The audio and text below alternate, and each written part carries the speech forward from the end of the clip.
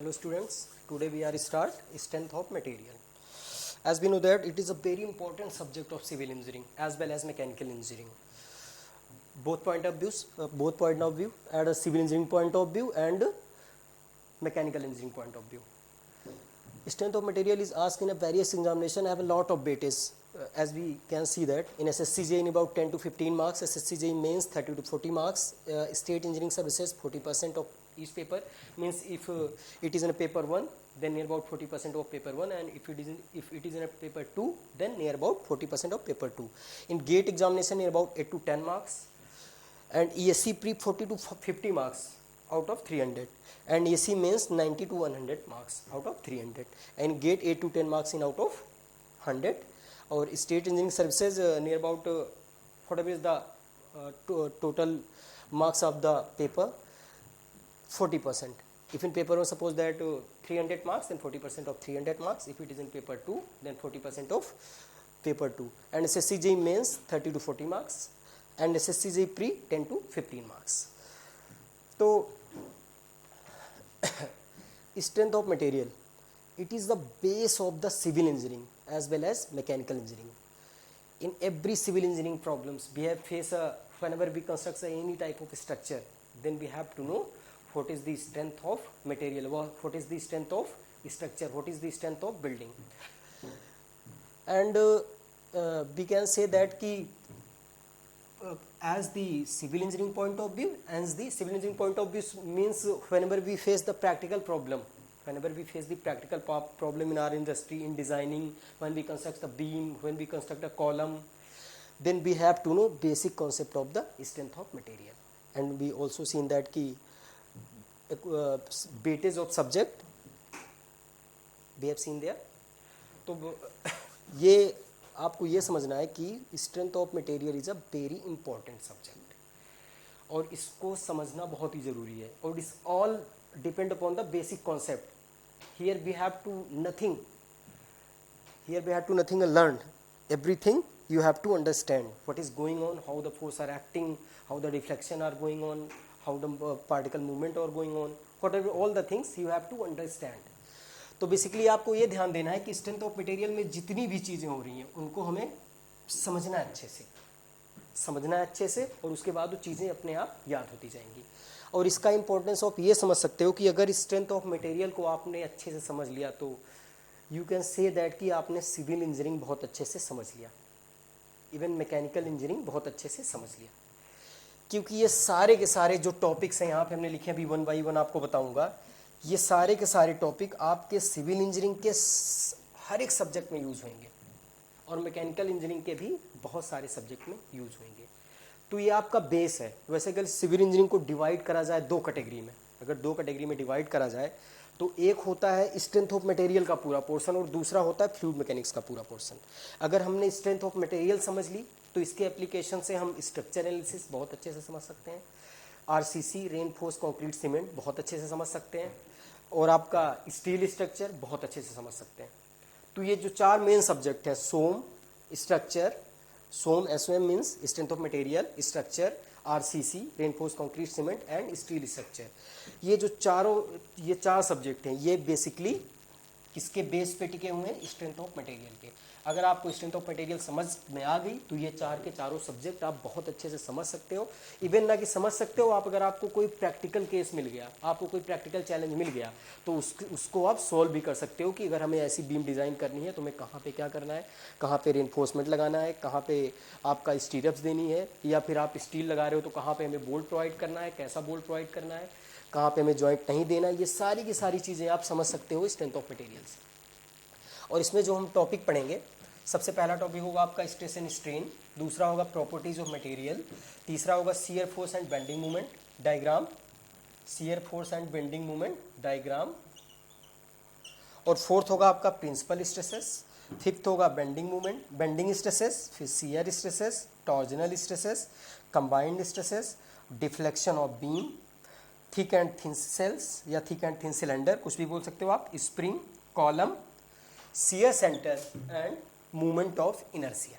तो हमारे पास ये 1 2 3 4 5 6 7 8 9 10 11 12 13 14 15 हमारे पास ये 15 टॉपिक हैं.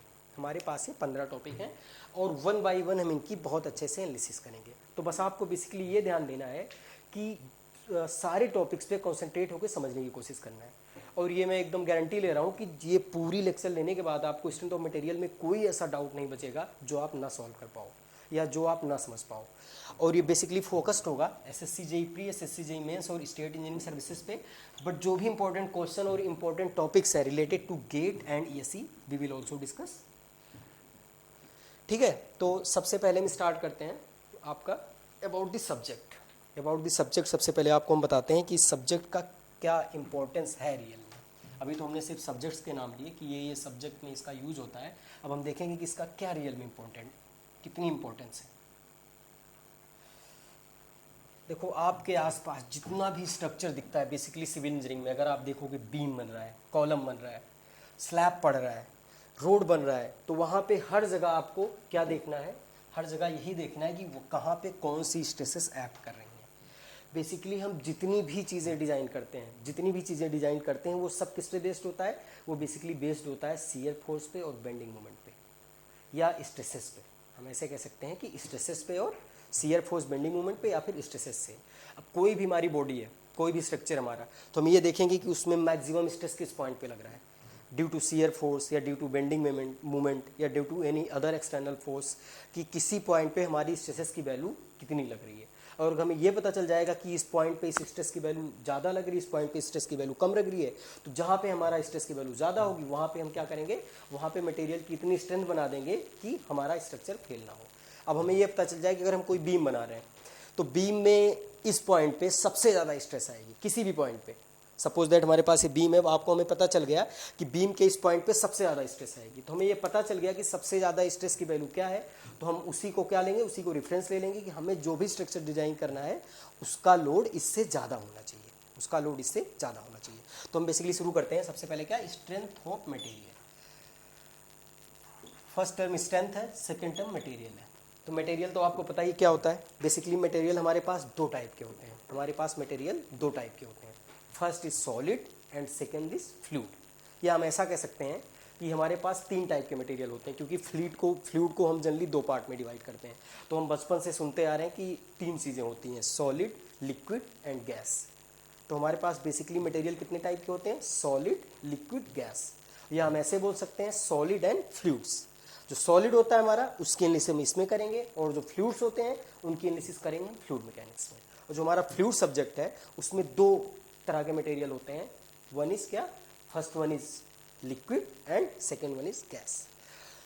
तो मटेरियल में हमारा सॉलिड मटेरियल क्या होता है, क्योंकि हमें पता है कि जो भी हम स्ट्रेंथ ऑफ मटेरियल पढ़ेंगे इसमें क्या पढ़ेंगे, इसमें ऑल अबाउट सॉलिड्स। तो सॉलिड क्या होता है, सॉलिड हम ऐसे समझ सकते हैं कि कोई भी सब्सटेंस जिसमें अगर हम कोई एक्सटर्नल फोर्स लगाएं या जिसमें हम कोई स्ट्रेसेस लगाएं, तो उसकी वजह से जो हमारे सब्सटेंस के मॉलिक्यूल्स हैं उसमें रिलेटिव डिफॉर्मेशन ना हो, रिलेटिव डिफॉर्मेशन का मतलब जैसे हमारे पास ये सपोज दैट कोई बार है, उसका क्रॉस सेक्शन है, या सपोज दैट हमारे पास ये कोई बार है, ये हमारे पास कोई बार है ऐसे, ठीक है, ये हमारे पास कोई बार है। अब अगर हमने इस पे यहाँ पे फोर्स एक्ट कराया, यहाँ पे ऐसे ऊपर से फोर्स एक्ट कराया, या इस पॉइंट से ऐसे फोर्स एक्ट कराया, या इस पॉइंट से ऐसे फोर्स एक्ट कराया, तो फोर्स लगने के बाद इस बार में रिलेटिव डिफॉर्मेशन ना हो। रिलेटिव डिफॉर्मेशन मतलब कि अगर हम यहाँ पे फोर्स लगाएं तो आधा आपका ये बार स्लाइड होकर दूसरी तरफ चला जाए और आधा यहाँ रह जाए।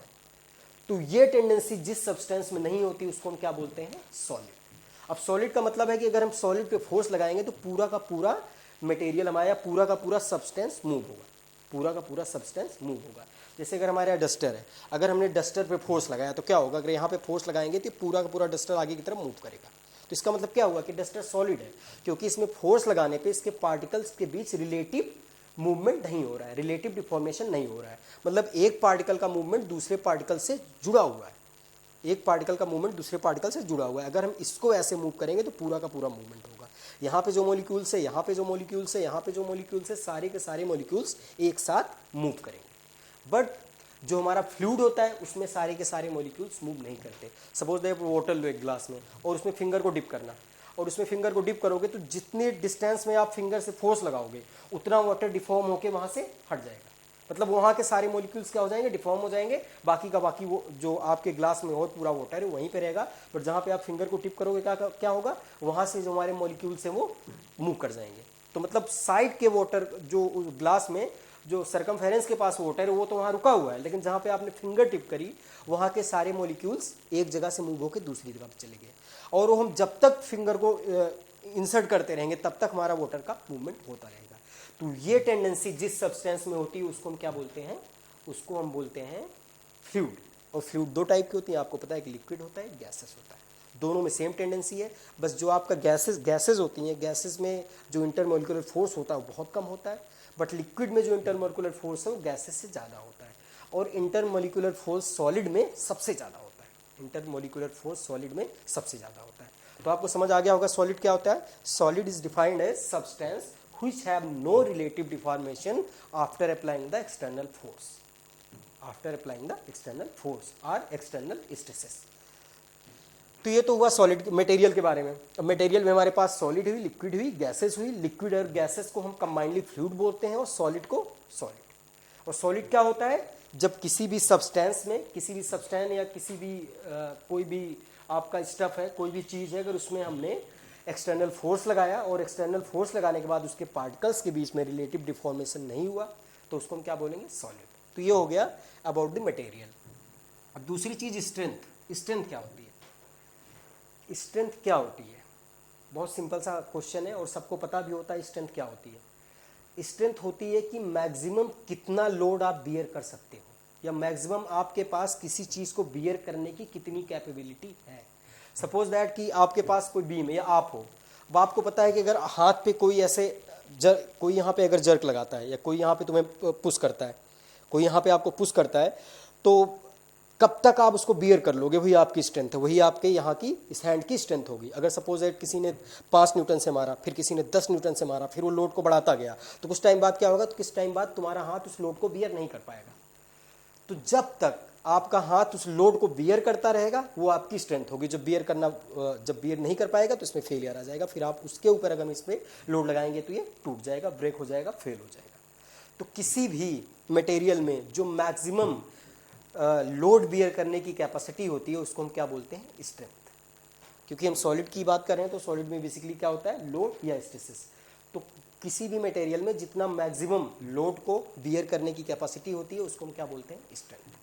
या इसको हम ऐसे भी बोल सकते हैं कि जितने स्ट्रेसेस को, मैक्सिमम परमिजिबल स्ट्रेसेस को फेल होने से पहले, अप टू, या कैसे ऐसा कह सकते हैं, अप टू फेलियर। तो अप टू फेलियर हम जितना भी रेजिस्टेंस या जितना भी फोर्स वो बियर कर लें उसको हम क्या बोलेंगे, स्ट्रेंथ। तो स्ट्रेंथ ऑफ मटेरियल का क्या मतलब हुआ कि यहाँ पे बेसिकली हम सॉलिड के बारे में पढ़ रहे हैं, तो कोई भी सॉलिड मैक्सिमम कितना लोड फेल होने से पहले बियर कर लेता है, या मैक्सिमम कितनी स्ट्रेस फेल होने से पहले बियर कर लेता है, that is a strength of material, या दैट इज स्ट्रेंथ। तो ये तो था कुछ सब्जेक्ट के बारे में। फ्लूइड आप समझ गए, फ्लूइड क्या होता है, जब भी हम किसी सब्सटेंस पे एक्सटर्नल फोर्स या शियर स्ट्रेसेस लगाने पे परमानेंट डिफॉर्मेशन होता जाए, उस सब्सटेंस को हम क्या बोलेंगे, फ्लूइड। या हम ऐसे भी बोलते हैं कि any substance which have a property of flow, any substance which have a property of flow is called fluid, is called fluid. अब substance have a property of flow, तो फ्लो क्या है, फ्लो होता है कि permanent deformation, permanent deformation due to external forces और shear forces या shear stresses. तो मतलब किसी भी फ्लूइड में हम जब तक एक्सटर्नल फोर्स लगाते रहेंगे तब तक उसमें परमानेंट डिफॉर्मेशन होता रहेगा, इवन बाई ग्रेविटी या कुछ भी कॉज हो, तो उसको हम क्या बोलते हैं, फ्लो।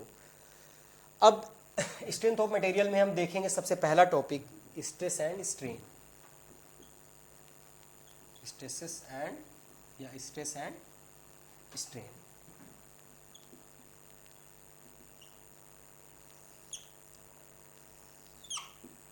ये हमारा स्ट्रेंथ ऑफ मटेरियल का सबसे बेसिक और सबसे इंपॉर्टेंट सब्जेक्ट है। जैसे देखा होगा जब हमने सिलेबस को कैटेगराइज किया था तो पहला था stress strain, property of material, उसके बाद शियर फोर्स बेंडिंग मूवमेंट, उसके बाद फिर principal stresses, shear stresses, bending stresses, torsional stresses, combined stresses. तो लगभग हमारे जो आपके 15 चैप्टर थे उसमें आधे चैप्टर नियर अबाउट वो किसके बेस्ड है, स्ट्रेसेस पे बेस्ड है, स्ट्रेस एंड स्ट्रेन। तो हम सबसे पहले देखते हैं कि स्ट्रेस होता क्या है। स्ट्रेस क्या होता है? अब सपोज दैट ये डस्टर है, सपोज दैट ये डस्टर है। अब इस डस्टर को अगर ये किसी जगह पे रिजिड स्टैटिक कंडीशन में है, सपोज दैट यहाँ से ये आपका कनेक्टेड है, तो इस पर अगर हम फोर्स लगाएंगे बाहर से, जब भी इस पर हम एक्सटर्नल फोर्स लगाएंगे तो क्या होगा? एक्सटर्नल फोर्स लगाने के बाद ये डिफॉर्म होने की कोशिश करेगा, मतलब इसमें इलोंगेशन या कॉन्ट्रैक्शन की प्रॉपर्टी आने की, ये जो आपका डस्टर है या तो इलोंगेट होने की कोशिश करेगा या तो कंप्रेस होने की कोशिश करेगा, कॉन्ट्रैक्ट होने की कोशिश करेगा। तो जब भी इस पर हम एक्सटर्नल फोर्स लगाएंगे तो इसमें क्या शुरू होगा? इसमें शुरू होगा इलोंगेशन या कॉन्ट्रैक्शन, जिसको हम क्या बोल सकते हैं? डिफॉर्मेशन। बट ये होगा नहीं, ये कोशिश करेगा, क्योंकि जो आपका सॉलिड होता है उसमें रियल में डिफॉर्मेशन नहीं होता, रिलेटिव डिफॉर्मेशन तो बिल्कुल नहीं होता। अब क्या करेंगे? जब इस पर हम एक्सटर्नल फोर्स लगाएंगे तो ये डिफॉर्म होने की कोशिश करेगा, मतलब या तो इलोंगेट होने की कोशिश करेगा या तो ये किसकी कोशिश करेगा? कॉन्ट्रैक्ट होने की कोशिश करेगा। अगर हम कंप्रेसिव फोर्स लगाएंगे तो क्या होगा? कंप्रेस होने की कोशिश करेगा। अगर हम इसमें टेंसाइल फोर्स लगाएंगे तो क्या होगा? ये इलोंगेट होने की कोशिश करेगा। तो जब इलोंगेट होने की कोशिश करेगा तो इसके बीच में पार्टिकल के इंटरमोलिकुलर फोर्स बहुत ज़्यादा है, तो इलोंगेट हो नहीं पाएगा। तो उस इलोंगेशन को रोकने के लिए या उस डिफॉर्मेशन को रोकने के लिए बॉडी के अंदर एक इंटरनल फोर्स क्रिएट होगा। उस इलोंगेशन को रोकने के लिए बॉडी के अंदर एक इंटरनल फोर्स क्रिएट होगा। वो बॉडी के अंदर जो इंटरनल फोर्स क्रिएट होगा, that internal force per unit area is called the stress. मतलब बात में समझ में आई? बेसिकली ये है स्ट्रेस कि किसी भी बॉडी पे जब हम एक्सटर्नल फोर्स लगाते हैं तो it is try to deform, but when it's try to deform then create a internal force, या इसको कह सकते हैं हम रेजिस्टिव फोर्स, रेजिस्टेंस फोर्स, जो उस डिफॉर्मेशन को रोकता है। That resistance force per unit area is called the stress. बात समझ में आई? अब देखो इसका क्या मतलब हुआ। जैसे देखो ये बार है, या सपोज दैट ये बीम है, यहाँ पे हमारे पास एक सपोर्ट है, यहाँ पे एक सपोर्ट है, ठीक। अब या फिर ऐसे कर लेते हैं कि हमारा ये बार है, यहाँ पे हमने एक ऐसे फोर्स लगाया P, यहाँ पे हमने एक ऐसे फोर्स लगाया P, ठीक। अब मैंने बोला कि जब बॉडी पे एक्सटर्नल फोर्स लगाएंगे तो इस एक्सटर्नल फोर्स की वजह से क्या होगा? ये कंप्रेस होने की कोशिश करेगा, ये कंप्रेस होने की कोशिश करेगा। तो उस कंप्रेशन को रोकने के लिए इस बॉडी के अंदर एक रेजिस्टिव फोर्स क्रिएट होगा, एक रेजिस्टिव फोर्स क्रिएट होगा जो उस कंप्रेशन को रोकेगा। तो वो फोर्स पर यूनिट एरिया क्या होगा? स्ट्रेस। इसीलिए हमेशा ध्यान रखना, स्टेलर की स्ट्रेस किसकी वजह से होता है? स्ट्रेस होता है इंटरनल फोर्सेस की वजह से। उसका कॉज एक्सटर्नल फोर्स होता है, बट बेसिकली जो हमारी स्ट्रेसेस होती हैं वो होती हैं internal force per unit area. अब वो इंटरनल फोर्स क्या है? देखो इंटरनल फोर्स ये अगर हमें पता है, अगर सपोज दैट इस बॉडी को हमने कट कर दिया, यहाँ से इस बॉडी को हमने कट कर दिया, तो आपको पता है कि दुनिया में जितनी भी चीज़ें स्टैटिक कंडीशन में है, रुकी हुई हैं, वो किस में है? इक्विलिब्रियम में है। दुनिया में जितनी भी चीज़ें अगर स्टैटिक कंडीशन में है तो कैसी हैं? वो इक्विलिब्रियम में है। इक्विलिब्रियम का मतलब क्या होता है? इक्विलिब्रियम का मतलब ये होता है कि अगर डस्टर रुका है तो ये रुका रहेगा। इसका मतलब इस डस्टर पे सारे साइड से जो फोर्सेज लग रहे हैं वो बैलेंस्ड है, सारे साइड पे फोर्सेज जो लग रहे हैं बैलेंस है। अब देखो अगर सपोज दैट तुम यहाँ पे खड़े हो, एक हाथ तुम्हारा पकड़ के इस साइड से कोई तुमको पुल करता है, ठीक है, और इस हाथ से पकड़ के कोई तुमको दूसरा उस साइड से पुल करता है। अगर दोनों बराबर फोर्स लगाएंगे तो तुम यहाँ पे क्या होगा? इक्विलिब्रियम में खड़े रहोगे। अगर किसी ने ज्यादा फोर्स लगा लिया तो क्या होगा? जिस साइड ज्यादा फोर्स होगा उस साइड तुम मूव कर जाओगे, but with in permissible limit या विद इन स्ट्रेंथ। जो तुम्हारे दोनों हाथ की फोर्स बियर करने की कैपेसिटी है उसके अंदर ही फोर्स लगाना है। ऐसा नहीं कि वो फोर्स बहुत ज्यादा लगा देगा तो एक हाथ कोई और दूसरा लेके चला जाएगा और एक हाथ कोई दूसरा लेके चला जाएगा, या एक हाथ टूट गया तो पूरी बॉडी एक तरफ टिल्ट हो जाएगी और एक हाथ एक आदमी के हाथ में रह जाएगा। तो बॉडी की जो आप स्ट्रेंथ है उस स्ट्रेंथ विद इन स्ट्रेंथ, अगर आप कोई फोर्स लगाते हो तो अगर दोनों साइड से इक्विलिब्रियम लगेगा, तभी दोनों साइड से इक्वल फोर्स लगेंगे, तभी कोई चीज स्टैटिक कंडीशन में रहेगी। अगर यहां से हमने कोई फोर्स लगाया तो उतना ही फोर्स इस साइड से लगेगा, तभी ये डस्टर यहां पे रुका रहेगा, अदरवाइज ये मूव कर जाएगा। अगर यहां पे देखो हमने इस साइड से फोर्स लगाया तो मूव कर गया। अब जितना फोर्स हमने इस साइड से लगाया उतना ही फोर्स अगर हम इस साइड से लगाते क्या होता? फिर ये ऐसे रुका रहता है, यहाँ पे मूव ना करता। और सेम अगर जितना फोर्स हमने इस साइड से लगाया उतना ही फोर्स हमें नीचे से लगाना पड़ेगा, या जितना फोर्स हमने इस साइड से लगाया उतना ही फोर्स इस साइड से लगाना पड़ेगा। और मूवमेंट भी। तो अगर कोई चीज स्टैटिक कंडीशन में है, इक्विलिब्रियम में है, तो इसका क्या मतलब हुआ? अगर कोई चीज 2D है, 2D का मतलब XY प्लेन में है। अगर XY प्लेन में है तो अगर इस साइड से जो फोर्स लग रहा है इस साइड के फोर्स के इक्वल होना चाहिए, इस साइड से जो फोर्स लग रहा है इस साइड के फोर्स के इक्वल होना चाहिए, और किसी भी पॉइंट पे मूवमेंट की वैल्यू 0 होनी चाहिए। अब देखो इन तीनों चीज़ों का क्या मतलब है। इन तीन चीज़ का ये मतलब है, पहली चीज़ तो अगर ये यहाँ पे रुका हुआ है बार, तो जितना फोर्स हम इस साइड से लगाएंगे उतना ही फोर्स इस साइड से लगेगा, और जितना फोर्स हम इस साइड से लगाएंगे सेम फोर्स इतना ऊपर से लगेगा, तभी हमारी चीज़ इक्विलिब्रियम में रहेगी। अब एक चीज़ और देखना, तीसरा क्या होता है, तीसरा कि हमारा हर पॉइंट पे, हमारे किसी भी मटेरियल के या किसी भी बार के या किसी भी स्ट्रक्चर के हर पॉइंट पे मूवमेंट का सम 0 होना चाहिए। अब इसका क्या मतलब है, देखो अब इसका ये मतलब है, जैसे देखो जैसे ये आपका बार है, ये आपका बार है, हमने बोला जितना फोर्स इस साइड से लगना चाहिए उतना ही फोर्स इस साइड से भी लगना चाहिए। तो यहाँ से मान लो सपोज दैट P1 लग रहा है और सेम इतना ही फोर्स इस साइड से लग गया P1, तो ये बार रुका हुआ है। अब सपोज दैट इस साइड से हमने फोर्स लगा दिया F1, तो उतना ही फोर्स ऊपर से लगना चाहिए, उतना ही फोर्स हमने यहाँ पे लगा दिया F1। अब हमने इस साइड से भी सेम फोर्स लगाया, इस साइड से भी सेम फोर्स लगाया, लेकिन क्या होगा, इस F1 यहाँ पे लग रहा है, F2 यहाँ पे लग रहा है, जब इसको हम ऐसे लोड लगाएंगे तो ये रोटेट कर जाएगा। जब देखो यहाँ पे हम ऐसे फोर्स लगाएंगे तो क्या होगा, ये रोटेट कर जाएगा। तो इसका ये मतलब हुआ कि ये रोटेट भी नहीं होना चाहिए, अगर रोटेट भी हो गया तब भी इक्विलिब्रियम में नहीं रहा, स्टैटिक कंडीशन में नहीं रहा, इसमें रोटेशनल मूवमेंट आ गई। तो इसीलिए हम तीन चीजें लेते हैं इक्विलिब्रियम के लिए। पहला सिग्मा fx 0, सिग्मा fx का मतलब हुआ कि हॉरिजॉन्टल डायरेक्शन में जितने भी फोर्सेस लग रहे हैं उनका एल्जेब्रिक सम 0। एल्जेब्रिक सम का क्या मतलब हुआ, एल्जेब्रिक सम का ये मतलब हुआ कि अगर हमने इस, मान लो एक फोर्स इस डायरेक्शन में लग रहा है P1, दूसरा फोर्स इस डायरेक्शन में लग रहा है P2, दूसरा फोर्स इस डायरेक्शन में लग रहा है P2, तो हम सेम डायरेक्शन के फोर्स को सेम साइन के साथ लिखेंगे, सेम डायरेक्शन के फोर्स को सेम साइन के साथ लिखेंगे। मीन्स अगर इधर P1 लग रहा है तो P1 प्लस, क्योंकि इस डायरेक्शन को सपोज दैट हमने क्या मान लिया, पॉजिटिव, अब P2 इस डायरेक्शन में लग रहा है तो माइनस P2 इक्वल टू 0। मतलब एक्स डायरेक्शन में जितना नेट फोर्स लग रहा है उसकी वैल्यू 0 होनी चाहिए। तो यहाँ से हम ऐसा लिख सकते हैं P1 इक्वल टू P2, मतलब जो इस साइड से फोर्स लगेगा सेम फोर्स इस साइड से लगेगा, तभी हमारी बॉडी किस में रहेगी, इक्विलिब्रियम में। या ऐसा कह सकते हैं कि किसी भी स्ट्रक्चर पे, किसी भी बॉडी पे जो हमारा एक्स डायरेक्शन में टोटल नेट फोर्स लग रहा है वो 0 होना चाहिए। तो सिग्मा एफ इक्वल टू 0 का क्या मतलब हुआ, सिग्मा एफ इक्वल टू 0 का मतलब हुआ कि हॉरिजॉन्टल डायरेक्शन में या एक्स डायरेक्शन में सारे फोर्सेस का सम क्या होगा, 0। इसी तरह दूसरी कंडीशन होती है इक्विलिब्रियम की कि वर्टिकल डायरेक्शन में सारे फोर्सेस का एल्जेब्रिक सम क्या होगा, 0। इसी तरह तीसरी कंडीशन होती है सिग्मा एम इक्वल टू 0, मतलब स्ट्रक्चर के किसी भी पॉइंट पे मूवमेंट की वैल्यू क्या होगी, 0।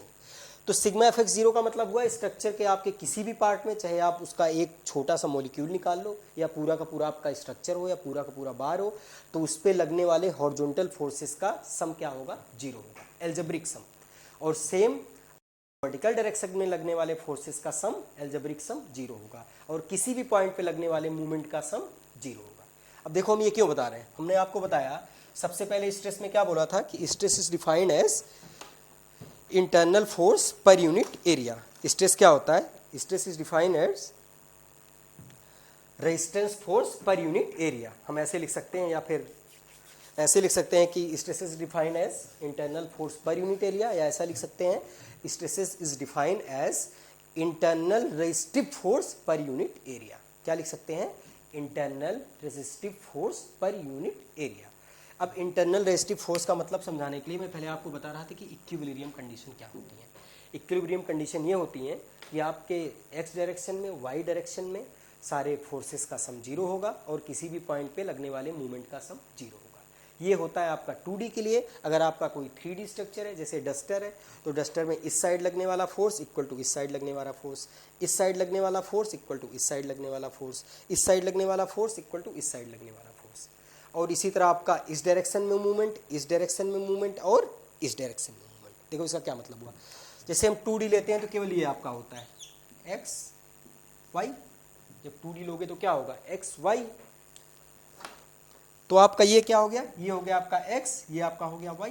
तो इसमें फोर्स किस डायरेक्शन में लगेगा, और ये सपोज दैट आपका अगर जेड है, अगर आप ऐसे फोर्स लगाते हो या ये बार है, अगर इसमें ऐसे फोर्स लगाते हो या ऐसे फोर्स लगाते हो तो मूवमेंट किस एक्सेस के रिस्पेक्ट में क्रिएट होगा। देखो अगर आपने ऐसे फोर्स लगाया ऐसे, तो कैसे रोटेट करेगा, ऐसे रोटेट करेगा, ऐसे, ये ऐसे।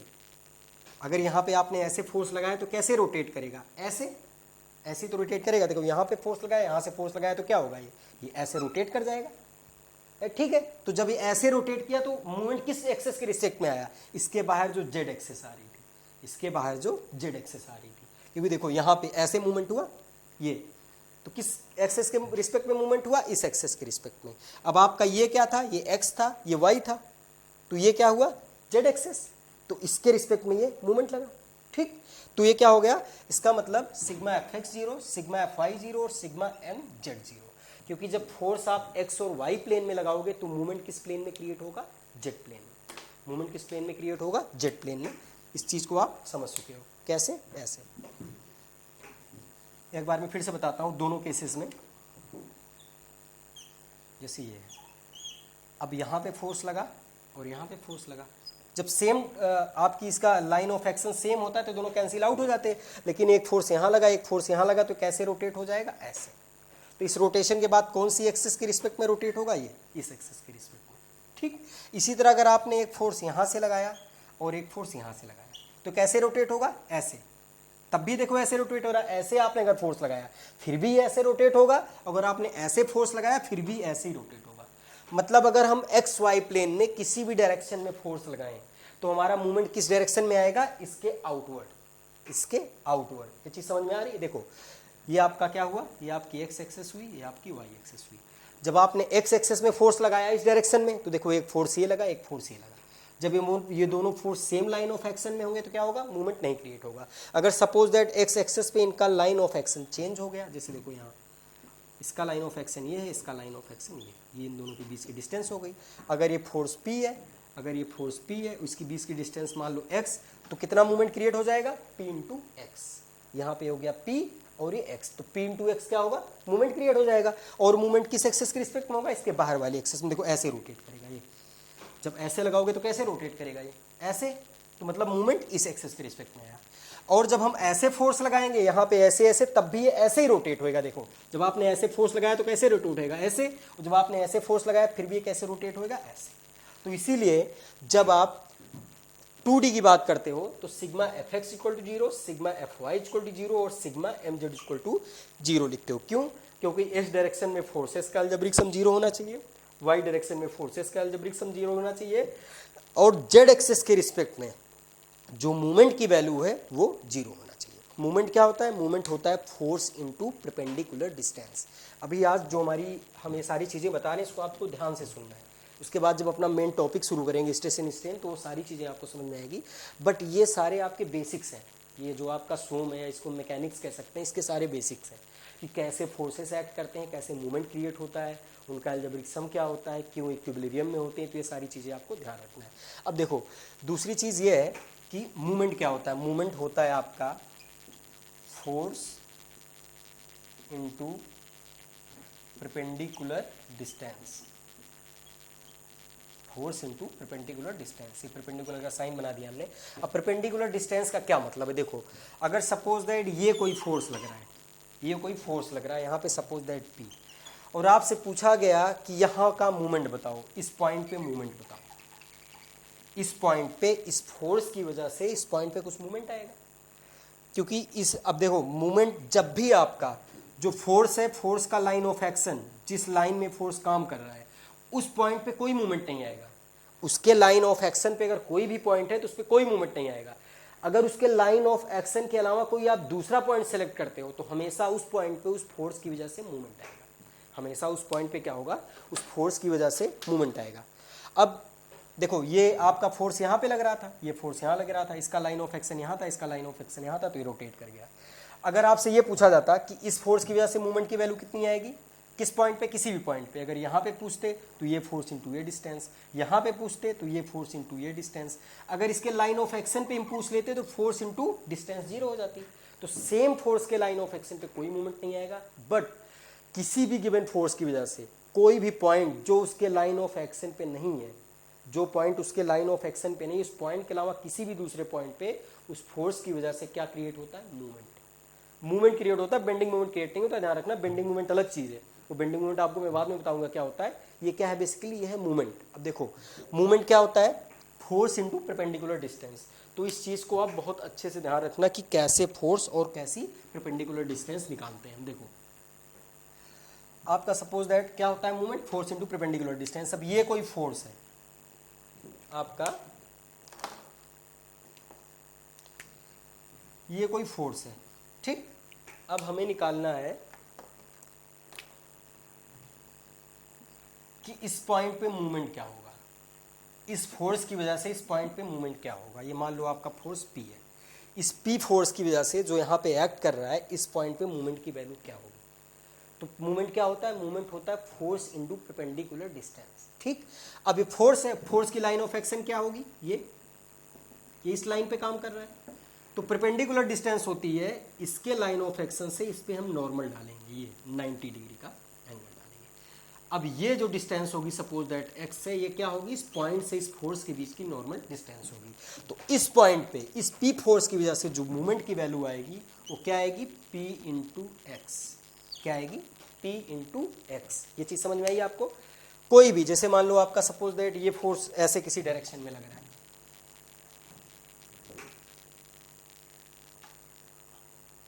सपोज दैट ये फोर्स ऐसे किसी डायरेक्शन में लग रहा है, ये यहाँ पे लग रहा है, ये एफ फोर्स लग रहा है। अब आपसे पूछा गया कि इस पॉइंट पे, ये जो पॉइंट पे, इस पॉइंट पे इस फोर्स की वजह से मूवमेंट की वैल्यू क्या होगी। तो हम क्या करेंगे, इसका लाइन ऑफ एक्शन बनाएंगे। ये इसका लाइन ऑफ एक्शन आगे भी हो सकता है, पीछे भी हो सकता है। अब इसके लाइन ऑफ एक्शन से यहाँ से हम परपेंडिकुलर डिस्टेंस मेजर करेंगे, यहाँ से 90 डिग्री पे नॉर्मल डालेंगे। अगर ये डिस्टेंस x आ गई तो इस फोर्स F की वजह से इस पॉइंट पे मूवमेंट कितना हो जाएगा, F इंटू एक्स, ठीक, F इंटू एक्स। ये क्या होता है आपका मूवमेंट। तो मूवमेंट क्या होता है, फोर्स इंटू नॉर्मल डिस्टेंस। जिस भी पॉइंट पे आप मूवमेंट की वैल्यू फाइंड कर रहे हो, जिस भी पॉइंट पे आप मूवमेंट की वैल्यू फाइंड कर रहे हो, उस पॉइंट से उस फोर्स के या उस फोर्स के लाइन ऑफ एक्शन के बीच की नॉर्मल डिस्टेंस, उस फोर्स की या उस फोर्स के लाइन ऑफ एक्शन के बीच की परपेंडिकुलर डिस्टेंस। अब जैसे यहाँ पे ऐसे फोर्स F लग रहा होता, ठीक। अब हमसे यहाँ पूछा जाता है यहाँ पे मूवमेंट क्या होगा इस पॉइंट पे, तो हमें पता है यहाँ से सीधा कितना आ गया 90 डिग्री, x डिस्टेंस है, तो इस पॉइंट पे मूवमेंट क्या हो जाता है, F इंटू एक्स। अब ये फोर्स ऐसे लग गया और सपोज दैट यहाँ पे पूछ रहा है इस पॉइंट पे मूवमेंट क्या होगा, तो क्या होता है बेंडिंग मूवमेंट। उस पॉइंट से जिस पॉइंट पे हमें मूवमेंट की वैल्यू कैलकुलेट करनी है, वहां से फोर्स या फोर्स के लाइन ऑफ एक्शन के बीच की नॉर्मल डिस्टेंस। तो इस पॉइंट से इसका नॉर्मल डिस्टेंस क्या होगा, देखो अगर ऐसे डिस्टेंस आप निकालोगे तो नॉर्मल डिस्टेंस नहीं होगी, क्योंकि इसके लाइन में जब ये मिले तो ये एंगल 90 डिग्री का होना चाहिए। जब ये लाइन इस फोर्स से मिले तो उसके बीच का एंगल क्या होना चाहिए, 90 डिग्री। तो 90 डिग्री पे कब मिलेगा ये, इस फोर्स को हमने देखो ऐसे पीछे बढ़ा दिया, और जब फोर्स को ऐसे पीछे बढ़ा दिया तो हमने जब यहाँ पे मिलाया तो ये देखो ये 90 डिग्री पे मिला। ये किस पे मिला, 90 डिग्री पे। तो ये जो डिस्टेंस होती है इसको हम क्या बोलते हैं, परपेंडिकुलर डिस्टेंस। और ये आपका फोर्स क्या हो गया, F। तो यहाँ से हमको क्या पता चल गया, मूवमेंट, ठीक है। यहाँ से आपको क्या पता चल गया, मूवमेंट। अब देखो, अब मैं आपको बताता हूँ स्ट्रेसेस में इंटरनल फोर्स का क्या मतलब है।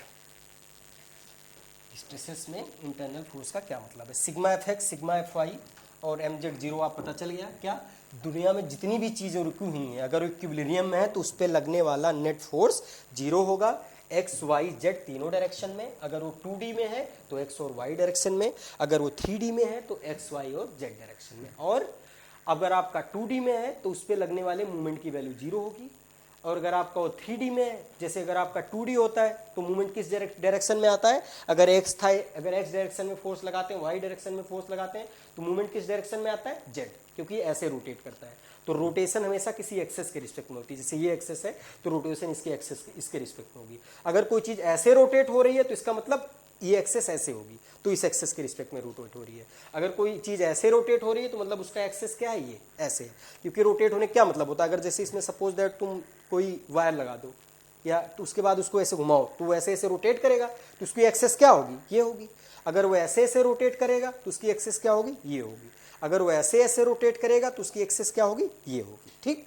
तो जब आपका x डायरेक्शन और y डायरेक्शन में फोर्सेस लग रहे हैं तो मूवमेंट z डायरेक्शन में आएगा। तो ये 2D के लिए क्या हो गया, अगर सिग्मा Fx इक्वल टू 0 मतलब x डायरेक्शन में लगने वाले सारे फोर्सेस का अलजेब्रिक सम 0, और सिग्मा Fy 0 मतलब y डायरेक्शन में लगने वाले सारे फोर्सेस का अलजेब्रिक सम 0, और सिग्मा Mz 0 मतलब उस स्ट्रक्चर के या उस बार के या उस बीम के किसी भी पॉइंट पे मूवमेंट का सम 0। अब एक इस चीज़ पे आपको एग्जांपल लेके दिखा देता हूँ मैं। ये देखो, ये है कोई बार, उसमें एक फोर्स ऐसे लग रहा है, एक फोर्स ऐसे लग रहा है, एक फोर्स ऐसे लग रहा है, एक फोर्स ऐसे लग रहा है, एक फोर्स यहाँ ऐसे लग रहा है, एक फोर्स यहाँ ऐसे लग रहा है। ठीक, अब ये डिस्टेंस मान लो यहाँ से यहाँ तक की x, ये डिस्टेंस है यहाँ से यहाँ तक की y, ये डिस्टेंस है यहाँ से यहाँ तक की z। ठीक, इसी तरह ये डिस्टेंस आपका हो गया सपोज दैट यहाँ से यहाँ तक की a, ये डिस्टेंस हो गई सपोज दैट b, और ये डिस्टेंस हो गई सपोज दैट c। ठीक, अब यहाँ पे देखो, यहाँ पे अगर ये डिस्टेंस हो गई सपोज दैट d, और ये डिस्टेंस ऊपर की क्या हो गई, ये हो गई आपकी e, ये डिस्टेंस यहाँ से यहाँ तक की सपोज दैट हो गई f, और यहाँ से यहाँ तक की डिस्टेंस हो गई g। ठीक, अब ये बॉडी अगर इक्विलिब्रियम में है, ये बॉडी अगर इक्विलिब्रियम में है, तो इसके किसी भी पॉइंट पे सिग्मा एफ एक्स की वैल्यू 0 होगी, सिग्मा एफ वाई की वैल्यू 0 होगी, और मूवमेंट की वैल्यू 0 होगी। पता है, अगर आपको कोई चीज़ इक्विलिब्रियम में नहीं रही, जैसे दीवार है, अब दीवार का अगर कोई भी मॉलिक्यूल बीच का पार्टिकल इक्विलिब्रियम में नहीं है, तो इक्विलिब्रियम में नहीं है तो रुकेगा नहीं, फिर वो निकल के ऐसे हवा में बाहर उड़ने लगेगा, एक एक मॉलिक्यूल्स निकल के हवा में बाहर उड़ते रहेंगे। तो कोई चीज़ अगर स्टैटिक कंडीशन में है तो इसका मीन्स क्या है, इसका मीन्स ये है कि उनके पार्टिकल सारे इक्विलिब्रियम में है। और इक्विलिब्रियम का क्या मतलब होगा कि उस पर लगने वाले सारे नेट फोर्सेस की वैल्यू 0 है, मतलब किसी भी डायरेक्शन में आपका अनबैलेंस फोर्स नहीं लगा है। अगर एक डायरेक्शन में ज़्यादा फोर्स हो गया, एक डायरेक्शन में कम फोर्स हो गया, तो ज़्यादा फोर्स की तरफ हमारे पार्टिकल का या हमारे स्ट्रक्चर का मूवमेंट हो जाएगा। ठीक है,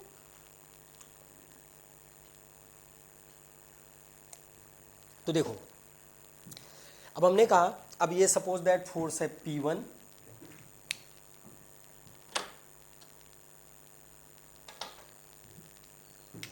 ये फोर्स सपोज दैट है P2, ये फोर्स है P3, ये फोर्स है P4, ये फोर्स है P5, और ये फोर्स है P6। ठीक, अब हमने कहा कि सिग्मा एफ एक्स 0, अगर ये चीज़ रुकी हुई है, अगर ये चीज़ रुकी हुई है, तो हॉरिजॉन्टल डायरेक्शन में लगने वाले सारे फोर्सेस का सम 0 होगा। इसका मतलब क्या, sigma F X equal to 0। देखो इसका मतलब क्या होगा, एक्स डायरेक्शन, ये आपका ये एक्स डायरेक्शन है और ये वाई डायरेक्शन है। ध्यान रखना, अगर ये एक्स डायरेक्शन है और ये वाई डायरेक्शन है, तो जेड डायरेक्शन क्या होगा, ये एक्स से अगर वाई की तरफ हम अपने फिंगर को ऐसे रोल कराएंगे, तो जो अंगूठे की डायरेक्शन होगी क्या होगी, जेड डायरेक्शन। क्योंकि ऐसे भी बोल सकते हैं कि एक्स से वाई है तो जेड अंदर की तरफ हो गया। अगर ये एक्स है और ये वाई है तो जेड क्या हो गया, जेड मैंने कहा बाहर की तरफ निकलेगा, जेड अंदर की तरफ भी तो हो सकता है, क्योंकि तीनों एक्सेस क्या होती हैं, एक दूसरे से नॉर्मल होती हैं।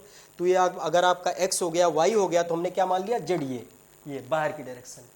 लेकिन हम ऐसा भी कह सकते हैं कि जेड इसके इनसाइड अंदर की डायरेक्शन होगी। नहीं, हमेशा आपका जो ये एक्स वाई जेड कोऑर्डिनेट्स होते हैं क्या होते हैं, थंब रूल फॉलो करते हैं। इसका मतलब अगर एक्स की तरफ, एक्स से वाई की तरफ आप अगर फिंगर को रोल कराओगे, तो जो इस अंगूठे की डायरेक्शन होगी वो जेड होगी। ठीक है, अगर आपने यहाँ एक्स कर दिया, अगर इस डायरेक्शन को आपने एक्स मान लिया, तो एक्स से वाई की तरफ मूव कराओगे तो अंगूठे की डायरेक्शन क्या होगी, इनसाइड। तो इसका मतलब जेड एक्सेस अंदर की तरफ है। ठीक है, तो अब देखो, अब हमने क्या मान लिया, ये एक्स है, ये वाई है, तो एक्स डायरेक्शन ये हुआ, तो मतलब मीन्स इस डायरेक्शन में लगने वाले सारे फोर्सेस का एल्जेब्रिक सम 0 होगा। तो यहाँ पे कौन सा फोर्स लग रहा है, अब ये एक्स है तो हमने मान लिया इस डायरेक्शन को पॉजिटिव, तो ये क्या हो गया, इस डायरेक्शन में क्या लग रहा है, P1।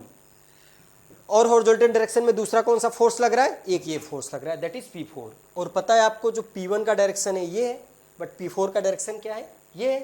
तो मतलब ये अपोजिट डायरेक्शन में P1 के तो हो जाएगा माइनस, तो P1 minus P4 equal to 0। ये मतलब हुआ sigma F X equal to 0 का। दूसरा केस क्या है आपका, sigma F Y equal to 0, sigma F Y equal to 0। अब सिग्मा एफ वाई 0 का मतलब हुआ कि वर्टिकल डायरेक्शन में जितने फोर्सेस लग रहे हैं उनका एल्जेब्रिक सम 0।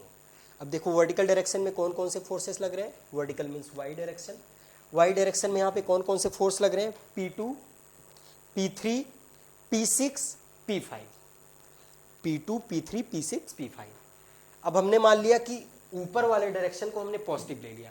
ये देखो हमारी साइन कन्वेंशन है, तुम चाहे इस डायरेक्शन को पॉजिटिव लो, चाहे इस डायरेक्शन को पॉजिटिव लो, चाहे इस डायरेक्शन को पॉजिटिव लो, चाहे इस डायरेक्शन को पॉजिटिव लो, तुम किसी भी डायरेक्शन को पॉजिटिव ले सकते हो। क्योंकि जब तुम कोई चीज़ डिजाइन करते हो तो तुम्हें मैग्नीट्यूड की वैल्यू पता होनी चाहिए कि मैक्सिमम कितनी वैल्यू आ रही है फोर्स की, कितना अनबैलेंस फोर्स है। तो आप डायरेक्शन कोई भी एज्यूम कर सकते हो, कोई हार्ड एंड फास्ट रूल नहीं है, बट जनरली हम क्या करते हैं, जनरली ये फॉलो करते हैं एक्स वाई को, कि इस डायरेक्शन में अगर हम जा रहे हैं तो पॉजिटिव है, अगर वाई डायरेक्शन में ऊपर जा रहे हैं तो पॉजिटिव, ऊपर से नीचे आ रहे हैं तो निगेटिव। बट ऐसा जरूरी नहीं है, आप किसी भी डायरेक्शन को पॉजिटिव मान सकते हो और किसी भी डायरेक्शन को आप निगेटिव मान सकते हो। देखो हमने क्या माना, sigma F X equal to 0 में ये जो डायरेक्शन ये पॉजिटिव है, इस साइड से ये आपकी पॉजिटिव एक्स की डायरेक्शन है, ये निगेटिव एक्स की डायरेक्शन है, ये पॉजिटिव वाई की डायरेक्शन है और ये निगेटिव वाई की डायरेक्शन है। तो इस डायरेक्शन में सारे फोर्सेस का sum 0 means P1 minus P4 equal to 0। अब हम लेंगे कि वर्टिकल डायरेक्शन में सारे फोर्सेस का सम 0। अब वर्टिकल डायरेक्शन में हमने ऊपर को पॉजिटिव मान लिया, तो ऊपर कौन कौन से फोर्सेस लग रहे हैं, P2 और P3। तो क्या हो गया, P2 प्लस P3, ठीक।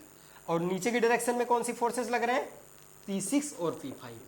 इस सेकंड केस में हम क्या रहे हैं, वर्टिकल फोर्सेस जो वर्टिकल डायरेक्शन में लग रहे हैं। तो वर्टिकल में हमने ऊपर वाले डायरेक्शन को पॉजिटिव ले लिया और नीचे वाले डायरेक्शन को नेगेटिव ले लिया। आप चेंज भी कर सकते हो, इससे कोई प्रॉब्लम नहीं है। तो ऊपर डायरेक्शन में क्या लगा, P2 और P3, और नीचे के डायरेक्शन में क्या लगा, P6 और P5। तो P2 plus P3 minus P6 minus P5 equal to क्या हो गया, 0, ठीक। ये आपकी क्या होगी, दूसरी इक्वेशन। तीसरा क्या होता है, sigma M Z equal to 0। अगर ये एक्स और वाई है तो जेड ये डायरेक्शन होगी, क्योंकि मूवमेंट ऐसे क्रिएट होता है। तो sigma M Z equal to 0, इसका क्या मतलब हुआ कि किसी भी पॉइंट पे, इस बीम के किसी भी पॉइंट पे आपका जो नेट मूवमेंट होगा उसकी वैल्यू 0 होगी। अब हम कोई भी पॉइंट ले सकते हैं, सपोज दैट ये पहला पॉइंट है ए और ये दूसरा पॉइंट है बी, ठीक। हम किसी भी पॉइंट पे ले सकते हैं, यहाँ एक पॉइंट है सी, यहाँ पे ले लो, यहाँ पे बीच में एक पॉइंट है डी, यहाँ पे ले लो। मतलब किसी भी पॉइंट के रिस्पेक्ट में अगर आप सारे मूवमेंट को कैलकुलेट करोगे तो उनका एल्जेब्रिक सम क्या होगा, 0 होगा। किसी भी पॉइंट के रिस्पेक्ट में अगर आप सारे मूवमेंट को आप कैलकुलेट करोगे तो उनका एल्जेब्रिक सम 0 होगा।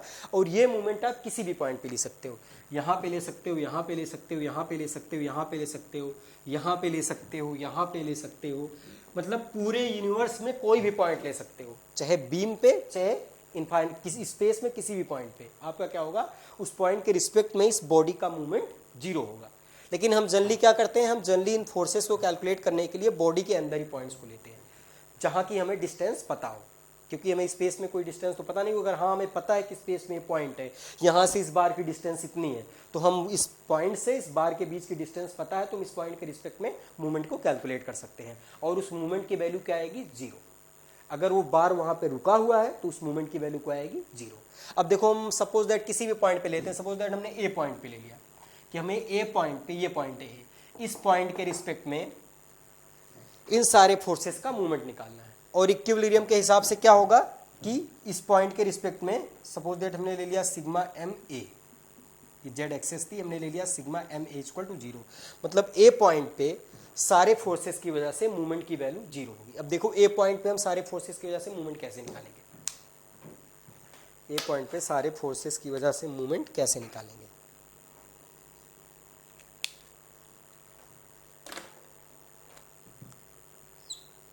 देखो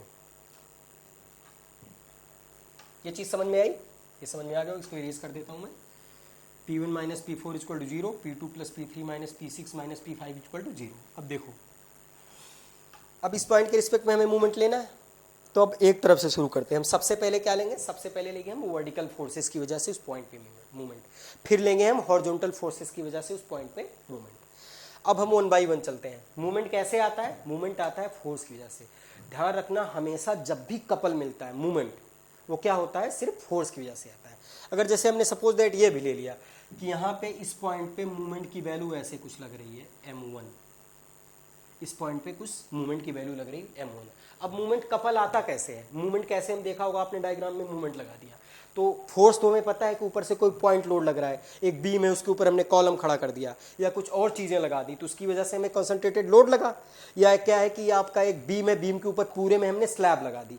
जब बीम के ऊपर पूरे में स्लैब लग जाएगा तो क्या लग जाएगा, यूडीएल, क्योंकि पूरे पे बराबर का लोड लग रहा है। अगर कोई पॉइंट लोड लगा दिया, कोई वहाँ पे कॉलम सेट कर दिया है, कोई एक्सटर्नल फोर्स किसी पॉइंट पे लगा दिया तो वो कॉन्सेंट्रेटेड लोड हो गया। लेकिन मूवमेंट कैसे क्रिएट होता है, क्योंकि मूवमेंट ने आज तक देखा नहीं हुआ कि मूवमेंट कैसे लग रहा है। देखो मूवमेंट ऐसे होता है। अब ये मान लो कोई बीम है, ठीक, तो हम क्या करेंगे, सपोज दैट यहाँ पे कोई ज्वाइंट है, इस बीम में यहाँ पे कोई ज्वाइंट है। अब इस ज्वाइंट पे एक फोर्स हमने यहाँ लगा दिया, एक फोर्स यहाँ लगा दिया, ठीक है, एक फोर्स यहाँ लगा दिया और एक फोर्स यहाँ लगा दिया। तो ऐसे क्या होगा, ये रोटेट करेगा। जैसे सपोज दैट कि ये बीम है, अब बीम में यहाँ पे हमने एक P1 फोर्स लगा दिया, ठीक है, और यहाँ पे हमने एक P2 फोर्स लगा दिया। अब ये पॉइंट है, अगर ये डिस्टेंस x है, ये डिस्टेंस y है, तो इस पॉइंट पे मूवमेंट क्या होगा, आपको पता है किसी पॉइंट पे मूवमेंट क्या होता है, फोर्स इनटू जिस पॉइंट पे आप मूवमेंट की वैल्यू कैलकुलेट कर रहे हो, फोर्स से उस पॉइंट के बीच की नॉर्मल डिस्टेंस। तो यहां से हमने मान लिया नॉर्मल डिस्टेंस x है, तो P1 इंटू एक्स इस पॉइंट पे लगा रहे हो, जिस पॉइंट पे निकालो वहां पे मूवमेंट लगेगा। तो जब इसको ऐसे लगाएगा तो कैसा मूवमेंट क्रिएट होगा, ऐसे, तो ये क्या हो गया P1 इंटू एक्स।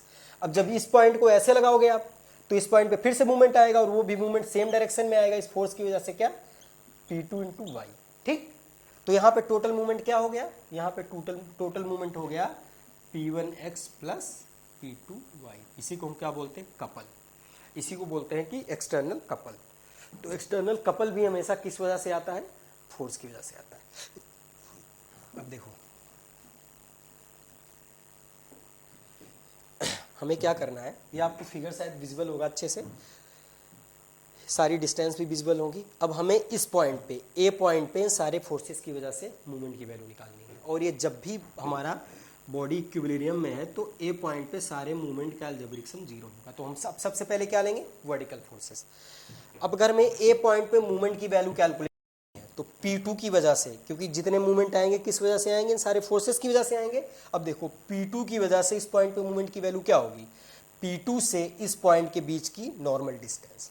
अब ये आपका P2 है, ये P2 का लाइन ऑफ एक्शन हुआ। तो यहां से इस पॉइंट की डिस्टेंस कितनी है, ये वाली डिस्टेंस, ये वाली डिस्टेंस हमने नीचे ले रखी है। देखो ये क्या हो जाएगी, y प्लस जेड। इस पॉइंट से यहाँ की डिस्टेंस कितनी हो गई, y प्लस जेड। हमने क्या बोला था, मूवमेंट क्या होता है, फोर्स इनटू फोर्स के लाइन, फोर्स या फोर्स के लाइन ऑफ एक्शन से जिस पॉइंट पे आप मूवमेंट निकाल रहे हो उस पॉइंट के बीच की डिस्टेंस। मूवमेंट क्या होता है, मूवमेंट होता है फोर्स इनटू परपेंडिकुलर डिस्टेंस। और परपेंडिकुलर डिस्टेंस क्या होती है, जिस पॉइंट पे आप मूवमेंट की वैल्यू कैलकुलेट कर रहे हो उस पॉइंट से उस फोर्स के या उस फोर्स के लाइन ऑफ एक्शन के बीच की परपेंडिकुलर डिस्टेंस। अब देखो ये फोर्स ये है, ठीक, या फोर्स या फोर्स का लाइन ऑफ एक्शन। अब फोर्स का लाइन ऑफ एक्शन ये हो गया। अब इस पॉइंट से यहाँ की नॉर्मल डिस्टेंस क्या होगी, देखो ये हमने परपेंडिकुलर डाल दिया, तो ये वाली डिस्टेंस हुई। अब ये वाली डिस्टेंस कितनी है, हम नीचे से देख सकते हैं, y प्लस जेड। ठीक, तो P2 की वजह से कितना मूवमेंट आ गया, P2 की वजह से मूवमेंट आ गया P2 into Y plus Z. ठीक, अब इसका साइन कन्वेंशन क्या है, जैसे हमने फोर्सेस में साइन कन्वेंशन लिए थे, क्या लिए थे, ऊपर वाला फोर्स को पॉजिटिव ले लिया, नीचे वाले फोर्स को निगेटिव ले लिया, तो ऊपर वाला माइनस नीचे वाला इक्वल टू जीरो हो गया। अब मूवमेंट में क्या होता है, मूवमेंट में क्लॉकवाइज या एंटी क्लॉकवाइज होता है, क्या, क्लॉकवाइज या एंटी क्लॉकवाइज। और ये तुम्हारे ऊपर है कि क्लॉकवाइज पॉजिटिव लेते हो या एंटी क्लॉकवाइज। अगर आपने क्लॉकवाइज पॉजिटिव लिया तो एंटी क्लॉकवाइज क्या हो जाएगा, निगेटिव हो जाएगा। अगर आपने एंटी क्लॉकवाइज पॉजिटिव लिया तो क्लॉकवाइज क्या हो जाएगा, निगेटिव हो जाएगा। अब देखो ये आपका बहुत ही एकदम बेसिक कॉन्सेप्ट है, ये सारी चीज़ें आप समझ जाओगे तो अभी हम स्ट्रेसेस वगैरह फटाफट करते आगे चले जाएंगे, क्योंकि यही सारी चीज़ें हैं जो आपको बार बार यूज करनी पड़ेगी। हर जगह पे आप क्या निकालोगे, बेंडिंग मूवमेंट निकालोगे, मूवमेंट निकालोगे, स्ट्रेसेस निकालोगे। तो जब भी स्ट्रेसेस निकालोगे तो आपको क्या होगा, मूवमेंट की जरूरत पड़ेगी, क्योंकि आप अभी स्ट्रेसेस में देखोगे बहुत सारे टाइप होते हैं। बेंडिंग स्ट्रेसेस जब निकालोगे तो मूवमेंट की जरूरत पड़ेगी, तो आप ये टॉर्जन निकालोगे तब आपको मूवमेंट की जरूरत पड़ेगी। तो हमें ये चीज़ ध्यान रखना है कि ये जो मैं आपको कॉन्सेप्ट बता रहा हूँ इस डायग्राम को बहुत ध्यान से समझना। बेसिकली क्या है ये है कि किसी बॉडी में हम इक्विलिब्रियम का क्या मतलब है, किसी भी बीम में या किसी भी स्ट्रक्चर में हम इक्विलिब्रियम कैसे अप्लाई करते हैं। और जनरली जो हम आपका पढ़ेंगे स्ट्रेंथ ऑफ मटेरियल में वो सारा का सारा 2D स्ट्रक्चर है, हम सारा का सारा क्या करेंगे, 2D स्ट्रक्चर में पढ़ेंगे।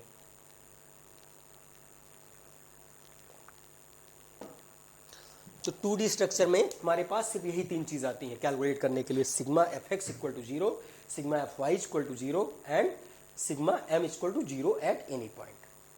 तो सिग्मा एफ वाई जीरो और sigma F Y equal to zero और sigma F X equal to zero तुमने निकाल लिया कि एक्स डायरेक्शन पे फोर्सेस का सम जीरो हुआ, वाई डायरेक्शन में जीरो हुआ। अब हम किसी पॉइंट पे मूवमेंट ले रहे थे तो ए पे। अब देखो P2 के लाइन ऑफ एक्शन से, P2 के लाइन ऑफ एक्शन से जिस पॉइंट पे हम मूवमेंट की वैल्यू कैलकुलेट कर रहे हैं, P2 या P2 के लाइन ऑफ एक्शन से उस पॉइंट के बीच की नॉर्मल डिस्टेंस। तो हमारा क्या था, ये पॉइंट था, ये P2 का लाइन ऑफ एक्शन है, यहाँ के बीच की डिस्टेंस क्या होगी, y और z। अब देखो अब ये जो P2 फोर्स है इस पॉइंट पे कैसे मूवमेंट देगा। अगर यहाँ पे देखो ऐसे लगाओगे आप फोर्स, सॉरी, अगर आप ऐसे फोर्स लगाओगे तो कैसे रोटेट करेगा। देखो अगर ये पॉइंट है यहाँ पे फोर्स लगाओगे तो कैसे रोटेट करेगा, ऐसे। देखो क्या है, यहाँ ये पॉइंट है, यहाँ से आपने ऐसे फोर्स लगाया तो ये पॉइंट कैसे इसको घुमाएगा, ये फोर्स इस पॉइंट पे कैसे रोटेशन देगा, ऐसे। देखो ये ऐसे लगाओगे तो कैसे मूव करेगा, ऐसे तो मूव करेगा। जैसे यहाँ पे पॉइंट पे अगर ये फोर्स लगाओगे तो कैसे रोटेट करने की कोशिश करेगा, ऐसे घुमाने की कोशिश करेगा। तो हम क्या करते हैं, ये क्या है, ये आपका क्लॉकवाइज है, ये आपका क्लॉकवाइज है। अगर ऐसे घुमाने की कोशिश करता है तो क्या होता है, वो एंटी क्लॉकवाइज होता है। तो हम यहाँ पे क्या करेंगे, हम यहाँ पे क्लॉकवाइज को पॉजिटिव ले लेंगे, एंटी क्लॉकवाइज को नेगेटिव ले लेंगे। आप कुछ भी ले सकते हो, अपोजिट भी कर सकते हो, उससे कोई आपका रिजल्ट में कोई इफेक्ट नहीं होगा। तो हमने क्या करा, क्लॉकवाइज को पॉजिटिव ले लिया। तो यहाँ पे क्या है, इस पॉइंट पे P2 की वजह से क्या मूवमेंट आया, P2 into Y plus Z. तो ये क्या हो गया आपका पॉजिटिव, ये क्या हो गया आपका पॉजिटिव। अब दूसरा क्या है, दूसरा है आपका P3, दूसरा क्या है P3। अब P3 की वजह से इस पॉइंट पे कितना मूवमेंट आएगा, हम वन बाई वन सारे फोर्सेस लेंगे। पहले वर्टिकल डायरेक्शन के फोर्सेस ले रहे हैं, वर्टिकल में जो नीचे से ऊपर लग रहे हैं, फिर वर्टिकल में जो ऊपर से नीचे लगेगा उनको लेंगे, फिर हॉरिजॉन्टल डायरेक्शन में लेंगे। अब देखो, अब अगला फोर्स आ गया P3। अब P3 से इस पॉइंट पे हमें मूवमेंट निकालना है P3 की वजह से। तो मूवमेंट कैसे निकलेगा, इस पॉइंट से P3 की या P3 के लाइन ऑफ एक्शन के बीच की नॉर्मल डिस्टेंस। तो P3 का लाइन ऑफ एक्शन ये है, तो इस पॉइंट से यहाँ का नॉर्मल डिस्टेंस क्या होगा, देखो ये होगा। इस पॉइंट से हम परपेंडिकुलर डालेंगे तो कौन सी डिस्टेंस आएगी, ये, ठीक। तो ये डिस्टेंस कितनी है, Z। और ये यहाँ पे इस पॉइंट पे P3 कैसा रोटेशन देगा, ऐसे क्लॉकवाइज। देखो यहाँ पे जो घुमाओगे तो सेम आएगा क्लॉकवाइज। तो ये क्या हो जाएगा, प्लस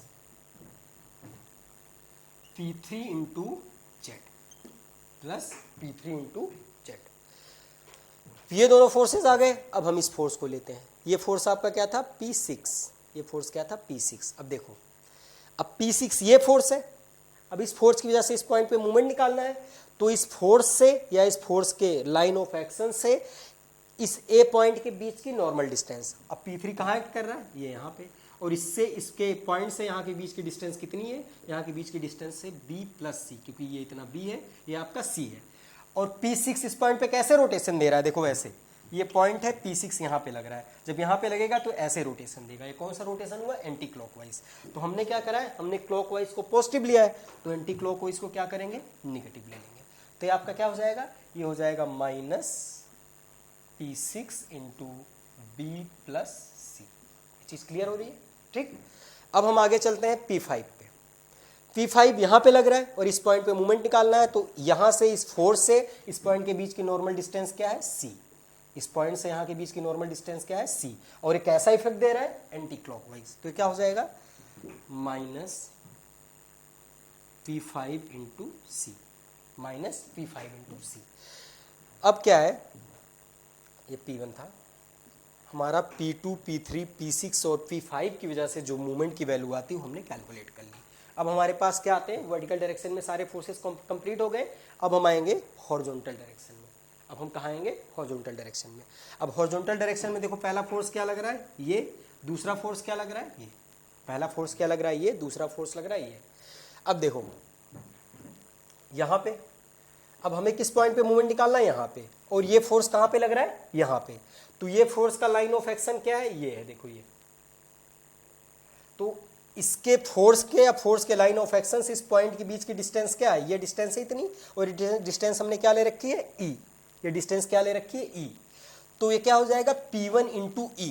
इस पॉइंट पे मूवमेंट हो जाएगा P1 की वजह से। और देखो ये कैसे घुमाएगा इसको, यहाँ पे ऐसे पॉइंट है, यहाँ पे हमारा देखो P1 फोर्स लग रहा है, ठीक। तो ये इसका लाइन ऑफ एक्शन हुआ और ये परपेंडिकुलर डिस्टेंस हुई, इसकी वैल्यू क्या है, E।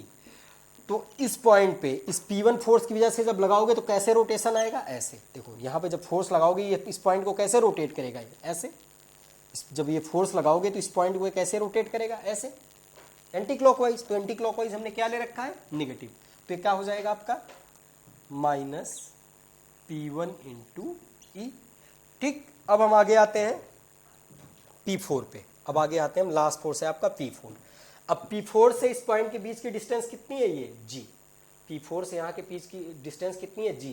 और देखो इस पॉइंट पे P4 कैसा मूवमेंट क्रिएट कर रहा है, जब इस पॉइंट पे P4 लगाओगे तो ऐसे रोटेट करेगा, कैसे, क्लॉकवाइज, ठीक। तो क्लॉकवाइज हमने क्या ले रखा है, पॉजिटिव। तो प्लस P4 इंटू G। ये सारे फोर्सेस की वजह से मूवमेंट हो गया। और यहाँ पे देखो एक एक्सटर्नल कपल हमने इस पॉइंट पे और लगाया था, क्या, M1। हमने यहाँ पे एक कपल क्या लगाया था, M1। और इस M1 की रोटेशन कैसी थी, इस m1 की रोटेशन देखो हमने दिखा रखी क्या, क्लॉकवाइज, तो क्लॉकवाइज हम क्या ले रहे हैं, पॉजिटिव, तो क्या हो जाता है प्लस m1 इक्वल टू 0। ये आपका हो गया तीसरा इक्विलिब्रियम इक्वेशन। और जब भी हम डिटर्मिनेट स्ट्रक्चर को सॉल्व करेंगे तो हमारे पास ऐसे ही क्वेश्चन आते रहेंगे और उनसे हम फोर्सेस की वैल्यू निकालते रहेंगे। डिटर्मिनेट स्ट्रक्चर का मतलब क्या होता है कि हमारे पास जो तीन इक्विलिब्रियम इक्वेशन है, हमारे पास जो तीन इक्विलिब्रियम इक्वेशन है, या हमारे पास जो भी इक्वेशन है उतने ही अननोन होगा, तो उसको हम क्या बोलेंगे, डिटर्मिनेट स्ट्रक्चर। अगर हमारे पास तीन अननोन है, जैसे हमारे पास तीन रिएक्शन निकालना है, अब यहाँ पे देखो यहाँ पे बहुत सारे अननोन थे, तो क्या हो गया, इंडिटरमिनेट स्ट्रक्चर हो गया। अगर हमारे पास तीन अननोन होंगे तो हमारे पास कितनी इक्विलिब्रियम इक्वेशन है, तीन, sigma F X equal to 0, sigma F Y equal to 0 और सिग्मा एम इक्वल टू 0। तो अगर हमारे पास तीन अननोन होंगे तो हम तीन इक्वेशन की हेल्प से उन तीनों को कैलकुलेट कर लेंगे। अगर तीन से ज्यादा अननोन होंगे तो हम तीन इक्वेशन की हेल्प से कैलकुलेट नहीं कर पाएंगे। तो जब भी whenever we have able to solve the structure with the help of these three equilibrium equation, then it is called determinate structure, otherwise indeterminate। इसका मतलब हुआ कि सिंपल सी बात है, अगर हमारे पास तीनों इक्विलिब्रियम इक्वेशन की हेल्प से जितने भी अननोन फोर्सेस हैं, अगर उनकी वैल्यू आप निकाल लेते हो, उनकी वैल्यू कैलकुलेट कर लेते हो तो डिटर्मिनेट स्ट्रक्चर होता है। अगर उनकी वैल्यू नहीं कैलकुलेट कर पाते हो तो क्या होता है, इनडिटर्मिनेट स्ट्रक्चर होता है।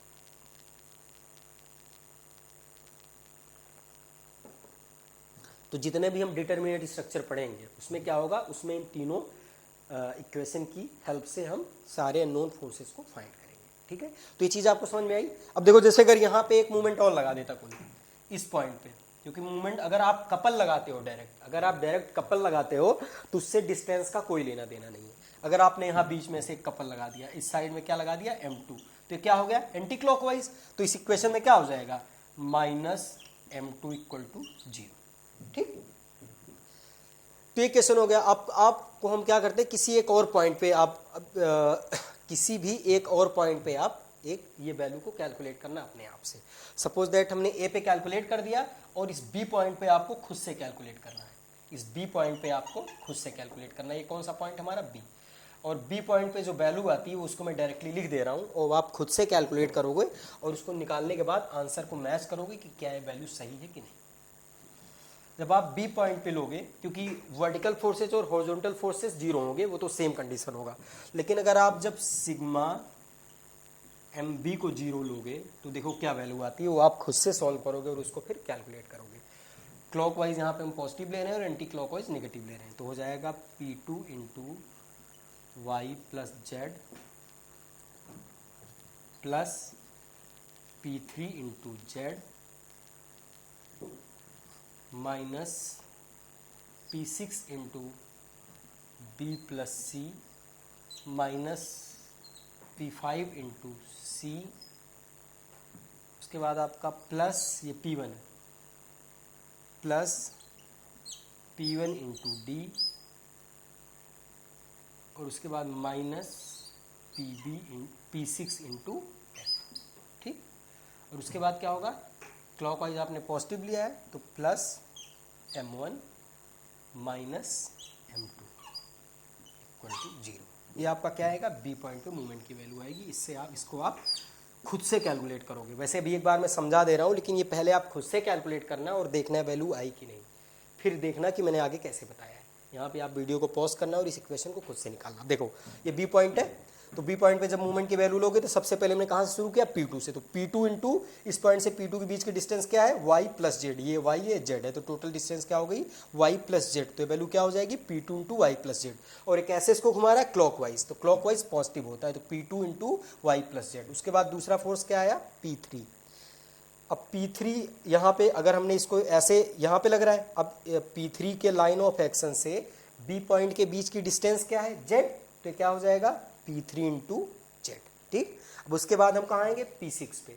अब इस पॉइंट से देखो P6 का लाइन ऑफ एक्शन ये है, ये P6 का लाइन ऑफ एक्शन, P6 का क्या है, लाइन ऑफ एक्शन ये है, देखो। तो इस पॉइंट से यहाँ के बीच की डिस्टेंस कितनी होगी, ये वाली इस वाली के बराबर होगी। तो यहाँ पे क्या दे रखा है, BC, तो ये यहाँ से यहाँ तक B है, यहाँ से यहाँ तक C है, तो क्या हो जाएगा P6 इंटू बी प्लस सी। और इस पॉइंट को कैसे घुमा रहा है, एंटी क्लॉकवाइज, तो एंटी क्लॉकवाइज नेगेटिव हो गया, P6 B प्लस सी। उसके बाद फिर माइनस, अब अगला फोर्स क्या लग रहा है यहाँ पे P5। अब P5 का लाइन ऑफ एक्शन ये है, तो यहाँ से इस पॉइंट के बीच की डिस्टेंस कितनी है, ये देखो, ये यहाँ से यहाँ तक की दे रखी है, सेम डिस्टेंस ये भी होगी, तो C, तो P5 इंटू क्या हो जाएगा C। P5 इसको कैसे घुमा रहा है, एंटी क्लॉकवाइज, तो निगेटिव। उसके बाद अब यहाँ है P1 पे, देखो P1 का लाइन ऑफ एक्शन ये है, और P1 से इस पॉइंट के बीच की डिस्टेंस क्या होगी, ये, तो ये डिस्टेंस कितनी दे रखी है हमने यहाँ पे, देखो दे रखी है D, तो क्या हो जाएगा P1 इंटू D। और B पॉइंट को P1 कैसे रोटेट करा रहा है, क्लॉकवाइज, तो क्या हो जाएगा ये P1 इंटू D। उसके बाद क्या आ गया आपका P6, सॉरी ये P4, ये वैल्यू आपकी P4 है, इसको ध्यान रखना, ये 6 नहीं 4 है, ठीक। तो क्या हो गया P4। अब इस पॉइंट से P4 के बीच की डिस्टेंस कितनी है F, तो क्या हो जाएगा P4 इंटू F। और ये P4 इस पॉइंट को कैसे घुमा रहा है, एंटी क्लॉकवाइज, तो क्या हो गया माइनस। और इसी तरह फिर plus M1 clockwise minus M2 anticlockwise equal to 0। ये चीज़ समझ में आई कि हम कैसे इक्विलिब्रियम का एनालिसिस करते हैं। तो आगे भी हम और सारे टॉपिक पढ़ेंगे, SFD BMD पढ़ेंगे, तो उसमें और क्लियर हो जाएगा, क्योंकि तब हम बहुत सारे क्वेश्चन करेंगे।